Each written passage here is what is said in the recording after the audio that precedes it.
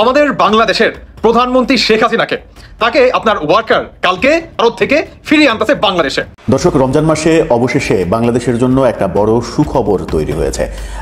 এই মুহূর্তে এমনও হতে পারে জনতা ইচ্ছা করলে মাইকিং করতে পারেন। সবসময় হয় কি, ধরেন যারা একদম লোয়ার ক্লাসে আছে নেতাকর্মী, তারা ভাবে একরকম, টপ ক্লাসে যারা আছে তারা ভাবে আরেক রকম। মূল পলিটিক্সটা কন্ট্রোল হয় টপ ক্লাস থেকে। হাসিনাকে কেন্দ্র করে ভারত কি করতে চাইছে, শেখ হাসিনার পুনর্বাসনের জন্য ভারত কতটুকু কি করতে প্রস্তুত, আওয়ামী লীগের কর্মী সমর্থকদের উদ্দেশ্যে একটি বার্তা তো পৌঁছে দেওয়ার চেষ্টা করেছেন তিনি, যে কোনো সময় দেশের মধ্যে ঢুকে পড়বেন। কাউয়া কি মারা গিয়েছে না কাউয়া বেঁচে আছে, কাউয়াকে নিয়ে আবারও কথা বলতে হচ্ছে। দুদিন যাবৎ অনলাইন সোশ্যাল মিডিয়া সহ সব জায়গায় সোচ্চার কাউয়াকে নিয়ে। তাই কাউয়াকে জীবিত অথবা মৃত, কাউয়ার সন্ধান যে দিতে পারবেন তার জন্য আমার তরফ থেকে আসসালামু আলাইকুম দর্শক, যে যেখান থেকে আজকের ভিডিওটা দেখতেছেন সবাইকে জানাচ্ছি আমার পক্ষ থেকে শুভেচ্ছা এবং অভিনন্দন। দর্শক, ভিডিওর শুরুতেই কিছু ইন্ট্রো ভিডিও দেখেছেন, থাম্বনেল এবং টাইটেল দেখে বুঝতেই পারতেছেন যে আজকের ভিডিওটা কোন টপিক করানো হচ্ছে।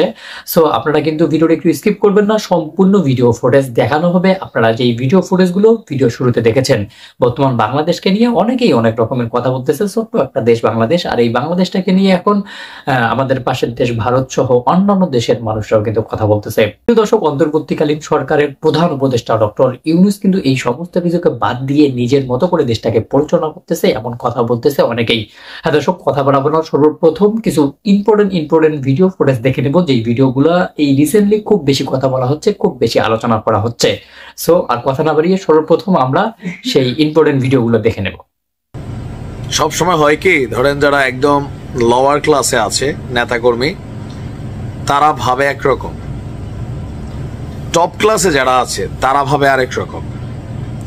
মূল পলিটিক্সটা কন্ট্রোল হয় টপ ক্লাস থেকে। লোয়ার ক্লাসে তারা বিএনপির সময় তারা জেল খাটবে, তারা জীবন দিবে, ফেসবুক স্ট্যাটাস দিবে, ডিজিটাল নিরাপত্তা নিয়ে মামলা খাবে, এলাকায় এদের বাড়িঘরে হামলা হবে, ভাঙচুর হবে। আর আপার ক্লাসে যে নেতারা আছে, দীর্ঘদিন দেশের বাইরে ছিল অনেকেই, এখন সব প্লেনে ভৈরা বড় বাপের পোলাই খায় মতো ঠোঙ্গা বইরা সব দেশে ঢুকবে। অলরেডি ঢুকা শুরু হয়েছে। এতদিন রাজপথে বিএনপি যে সকল নেতাকর্মীরা মাইর খাইছে, জেল খাটছে, দৌড়াইছে, যাও তুমি যাও সাইডে যাও, নতুন কমিটি তৈরি হচ্ছে, তাই না? বিএনপি মারামারি হচ্ছে। আবার এখন আওয়ামী লীগের মধ্যে দেখেন সব আপার ক্লাস, সব লুটেরারা দেশ ছেড়ে পালাইছে, দেশে আত্মগোপনে আছে। লোয়ার ক্লাস ফেসবুকে অ্যাক্টিভ, মানে একদম জীবন টিবন দিয়ালায় আওয়ামী লীগের জন্য। এরা কিন্তু বেসিক্যালি দল থেকে কোনো কিছু পায় না, ভালোবাসে, এটা একটা আলাদা জিনিস বিএনপির মধ্যে। তবে হালকা টুকটাক এলাকাতে বালুর সিন্ডিকেট চালাবে, সিএনজি স্ট্যান্ড কন্ট্রোল করবে, এরকম। তো বাংলাদেশের পলিটিক্স কখনো লোয়ার ক্লাস কন্ট্রোল করে না, কিন্তু বিপদে পড়লে এই লোয়ার ক্লাসে দিয়াই চেতনার বাণী টানি দিয়া মোটামুটি মাঠে নামানোর চেষ্টা করে। আচ্ছা, এখন আওয়ামী লীগ নির্বাচন করবে নাকি করবে না, আপনি দেখবেন বিএনপির মির্জা ফখরুল ইসলাম তিনি কি বক্তব্য দিচ্ছেন, জনাব তারেক রহমান তিনি কি দিচ্ছেন, জামাতের আমিরকে দেখবেন কি দিচ্ছেন। তারা আপনার মতন চিন্তা করে দেয় না, তারা পলিটিক্স বোঝে, পলিটিশিয়ান, পলিটিক্যালি তারা কথা বলে। কিন্তু আপনি ভাই দম চলে যাব। জাতীয় নাগরিক পার্টির হিসাব আলাদা, কারণ এরা তো ভাই আওয়ামী লীগের চোখে গাদ্দার, কারণ দীর্ঘদিন যাবৎ ছাত্রলীগের মানে কোক, সিঙ্গারা, সমোসা খাওয়ায় তো এগুলা, তাই না? অনেকেই তো স্বাভাবিক এদের ঘুম আসবে না, এমনিও ঘুম আসে না। বিএনপির এরা বেশি ভয় পায় কেন জানেন? এদের সেন্সে একটা জিনিস ঢুকে রয়েছে যে বিএনপি ক্ষমতায় গেলে আওয়ামী লীগ অনেক দিকেই এখানে মানে পুনরুত্থান ঘটবে, বা সামহাও এরা যেই লেভেলে ক্ষমতায় গেলে শেখ হাসিনা সহ সবাই ফাঁসির ঝুলাই দিবে, বিএনপিটা ঝুলাবে না, এরাও জানে। এই কারণে এদের সেন্সটা আলাদা। আমাদের আলোচনাটা অন্য জায়গায়। কেন এই কথাগুলো বললাম? ডক্টর ইউনূসের মতন মানুষ তিনি বলছেন যে দেখেন আওয়ামী লীগ নির্বাচনে অংশগ্রহণ করবে না কি করবে না তাদের সিদ্ধান্ত, কিন্তু আমি কি করতেছি, আমরা সাইন টাইন মাইরে একদম ফাঁসির মঞ্চ কালকে বানাই ফেলতেছি, তাই না?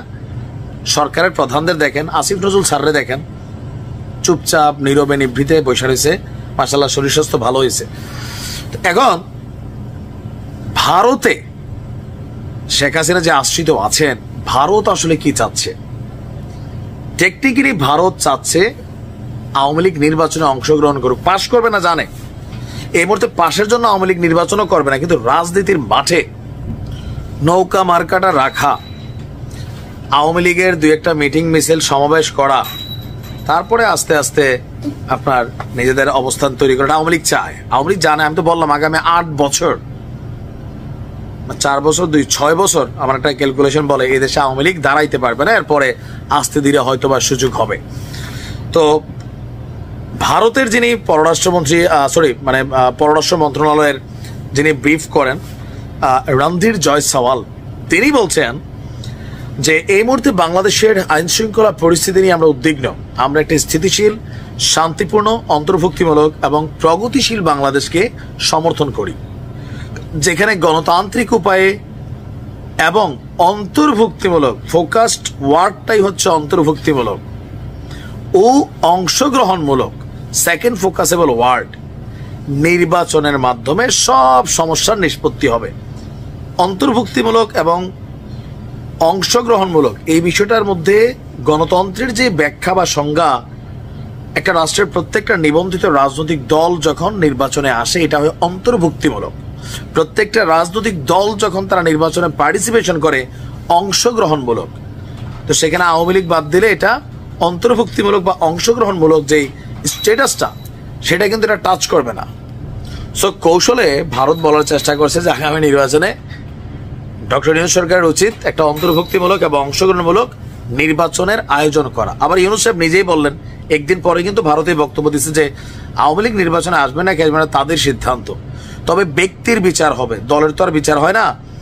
বাট তারপরেও আওয়ামী লীগকে ব্যান করার ব্যাপারে আপনি দেখেন সরকারের কারোর কোনো সিস্টেম আছে, ভূমিকা আছে, সবাই আইনের রাস্তাটা দেখায়। বা আমি চোখ বন্ধ করে বলে দিতে পারি, এত বড় জ্যোতিষ না, মুসলিম ভাইয়ের বইয়ের দেবর হিসাবে ইউনূস সরকার আমলে আওয়ামী লীগ ব্যান হবে না, ছাত্রলীগ হয়েছে সেটা আলাদা। এই কাজটা কেউ করবে না। পরবর্তী সময় কেউ আসলে শেখ হাসিনারে জেলে রাখবে এটা জানি, কিন্তু দলের ব্যান করবে না, এটা 100%। সো ভারত মনে করছে যে আওয়ামী লীগ নির্বাচনে থাকুক, রাজনীতির মাঠে থাকুক, আর যেহেতু ইউনূস সরকার এই কথাটা বলছে, সো সেই ক্ষেত্রে আওয়ামী লীগকে নির্বাচনে আনার জন্য ভারত সর্বোচ্চ চেষ্টা করবে। ইভেন ট্রাম্প এই মাসে সম্ভবত আপনার ভারতের ট্রাম্পের সফর আছে, কেউ বলছেন শেখ হাসিনার সাথেও ভারতে একটা বৈঠক করাই দিবে মোদি। আই ডোন্ট নো এটা হবে নাকি হবে না, যাই হোক দেখা যাক সরকার কি সিদ্ধান্ত নেয়। ভালো থাকবে। অন্যদিকে এই ভিডিওটি অত্যন্ত স্পেশাল, যারা নাকি আওয়ামী লীগ সমর্থক আছেন তাদের জন্য অত্যন্ত স্পেশাল। সবাইকে বলবো যে ভাই ধৈর্য সহকারে ভিডিওটি দেখবেন, আমি 4 থেকে 5 মিনিটের ভিতরে শেষ করে দিব। আমাদের বাংলাদেশের বেশ কিছু মিডিয়া এবং অন্তর্বর্তীকালের সরকারের সতীর্থরা তারা এই কথাটি বলতেছে যে আমাদের বাংলাদেশের সেনাপ্রধান মিস্টার ওয়াকার তিনি 3 দিনের সফরে আফ্রিকা যান। আমাদের বাংলাদেশের যেমন আপনার রাজধানী ঢাকা, তেমনিতে আফ্রিকার রাজধানী হচ্ছে আপনার বাঙ্গিপাড়া কি এমন একটা নাম, যাই হোক তিনি 3 দিনের সফরে সেখানে যান কোনো একটা কাজে। এখন তারা বলতে কারা, পিনাকি, ইলিয়াস কিংবা আমাদের বাংলাদেশের যে বৈষম্য বিরোধী ছাত্র আন্দোলনকারীদের ভিতরে কিছু আপনার মাস্টার মাইন্ড আছে, তারা বলতেছে যে আওয়ামী লীগের নেতাকর্মীরা এবং বা আওয়ামী লীগের অনেক জনগণ আপনার তারা এয়ারপোর্টে যাওয়ার জন্য কোটি কোটি জনগণ প্রস্তুত হচ্ছে। এদেরকে আটকাতে হলে আমাদেরকে বড় একটি আন্দোলন করে বা বড় একটি ছাত্র সমাবেশ করে এদেরকে প্রতিরোধ করতে হবে, যাতে কোনোভাবেই বাংলাদেশের সেনাপ্রধান মিস্টার ওয়াকার কোনোভাবেই যাতে শেখ হাসিনাকে বাংলাদেশে ফেরাতে না পারে। এই কথাটা আসলে কতটুকু সত্য বলেন তো? এই কথাটা আসলে কতটুকু সত্য? আমি দেখতেছি যে বাংলাদেশের বেশ কিছু মিডিয়া, বিশেষভাবে আপনার এই ইনাকি পিনাকি বা যে সমস্ত জঙ্গিবাদীরা আছে, তারা আপনার এই কথাটা অনেক গুরুত্ব সহকারে বলতেছে যে সেনাপ্রধান হঠাৎ করে তিনি আফ্রিকা 3 দিনের জন্য ভ্রমণ করলেন, যেখানে ইন্ডিয়া থেকে প্রতিনিয়ত শেখ হাসিনাকে বাংলাদেশে হুট করে ফেরাবে বলে হুমকি দুমকি দিয়ে যাচ্ছে। আর হঠাৎ করে এমন টাইমে সেনাপ্রধানের সফরটা কি আসলেই সন্দেহজনক, কিংবা এই বৈষম্য বিরোধী বা জঙ্গিবাদী যারা আছে এদের শরীরে কাল ঘাম ছুটে গেল? আসুন এই বিষয়ে কথা বলি। সবার আগে আমি বলবো যে এটা একটা ডাহা মিথ্যা কথা। কেন মিথ্যা কথা? এটি হচ্ছে এরা বলতে কারা? এই বৈষম্য বিরোধীরা বা আপনার এই পিনাকি বা দেশ বিরোধী যারা কথা আছে তারা। কেন ছড়াচ্ছে? কারণ এই কথাটা যখন নাকি ছড়াবে তখন আওয়ামী লীগের আপনার বেশ কিছু নেতা কর্মীরা তারা কি আপনার রাস্তায় নামবে এবং তাদেরকে গ্রেফতার করবে। কে গ্রেফতার করবে? আমাদের বাংলাদেশের সেনাবাহিনী, পুলিশ বাহিনী বা আদার্স যে বাহিনী আছে তারা। আওয়ামী লীগকে ধরার একটা মাস্টার প্ল্যান, যে এই ধরনের একটা কথা যদি সমন্বয়কারীরা ছড়ায় কিংবা এই ইনাকি পিনাকি ইলিয়াস এরা যদি ছড়ায়, তাহলে আপনার আওয়ামী লীগের জনগণ তো খুব বা দেশের মানুষ তো খুব ভালোভাবে এটা বিশ্বাস করবে, এবং আওয়ামী লীগের যে সমস্ত নেতাকর্মীরা, জনগণ যারা নাকি পলাতক আছে, বিশেষ করে নেতাকর্মীরা, তারা যাতে গর্ত থেকে বের হয়ে আসে, এটার জন্যই তারা এই ধরনের একটা টুপ দেয়। তো আমি বলতে চাই যে ভাই এটা ডাহা মিথ্যা কথা, এই কথায় কেউ কান দিবেন না। প্লিজ আর কেউ মাঠে ঘাটে নাইমা যায় না। শেখ হাসিনা কালকে দেশে আসতেছে না, যদি আসে আর যাই হোক আমার আগে ইনশাল্লাহ আশা করি আপনারা জানতে পারবেন, কিংবা আমি যদি জানতে পারি আপনাদের আগে, আশা করি আপনাদের আগেই জানতে পারবো। লিগ্যাল ইনফরমেশনটা আমি আপনাদেরকে জানিয়ে দিব। কিন্তু কালকে দেশে আসতেছেন এটা 100% সত্যি কথা।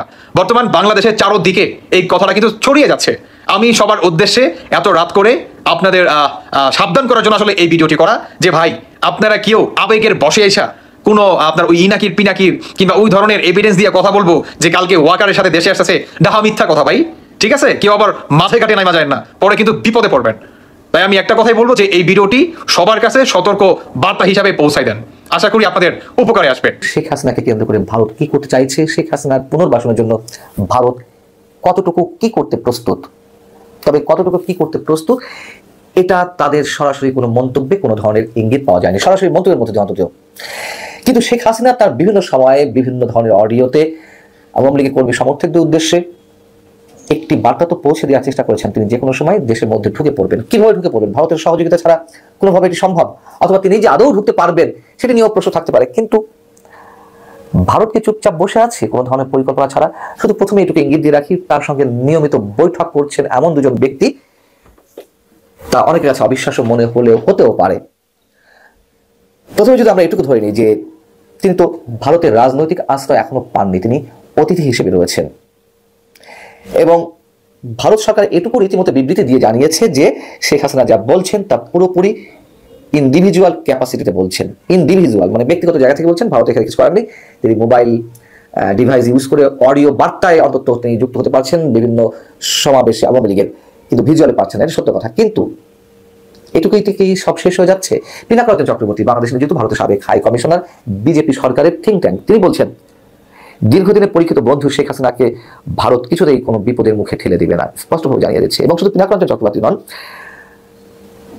বিরোধী দল কংগ্রেসের শীর্ষ নেতারা পর্যন্ত তারা শেখ হাসিনাকে ভারতের বন্ধু ভাবেন, এবং শেখ হাসিনা ছাড়া ভারতের কৌশলগত স্বার্থ সেটি বাংলাদেশ বা এই অঞ্চলে আর কোনোভাবে সম্ভব নয়, এটিও তারা বুঝিয়ে দিয়েছে। তাহলে এখন কি করছে?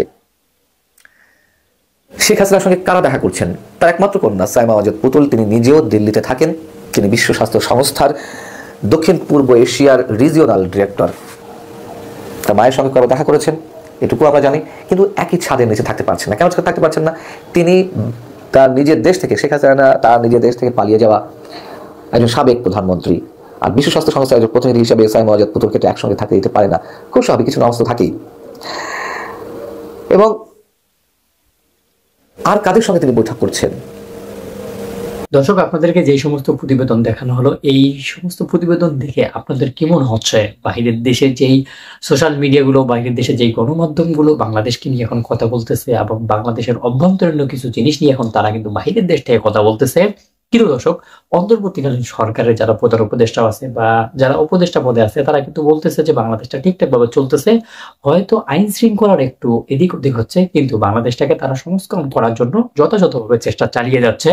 কিন্তু মানুষ বা আমরা যতদিন না, মানে জনগণ যতদিন সচেতন না হবে, ততদিন কিন্তু বাংলাদেশটা সংস্করণ করা সম্ভব না, এটা আপনি আমি সকলেই জানি। কিন্তু দর্শক, বর্তমান বাংলাদেশের পরিস্থিতি দেখে এবং এই যে যেই সমস্ত প্রতিবেদন দেখলেন, এই সমস্ত প্রতিবেদন দেখে আপনাদের কি মনে হচ্ছে? অন্তর্বর্তীকালীন সরকার কি ঠিকঠাক ভাবে দেশটা পরিচালনা করতে পারতেছে, নাকি আসলেই একটা মানে রাজনৈতিক দল দরকার বা স্থানীয় বা সংসদীয় সরকার দরকার বলে আপনাদের মনে হচ্ছে? সেটা কিন্তু অবশ্যই কমেন্ট বক্সে জানাতে ভুলবেন না। তো দর্শক, ভিডিওটি শেষ করার আগে একটি অনুরোধ থাকবে, আপনি যদি প্রথমবারের মতো আমাদের এই ছোট্ট চ্যানেলতে এসে থাকেন, তাহলে অবশ্যই চ্যানেলকে সাবস্ক্রাইব করে রাখবেন, পাশে আসা বেল আইকনটি অন করে রাখবেন, যেন আমাদের ভিডিওগুলো সর্বপ্রথম আপনাদের কাছে পৌঁছাতে পারে। ভালো থাকবেন, সুস্থ থাকবেন, আল্লাহ হাফেজ।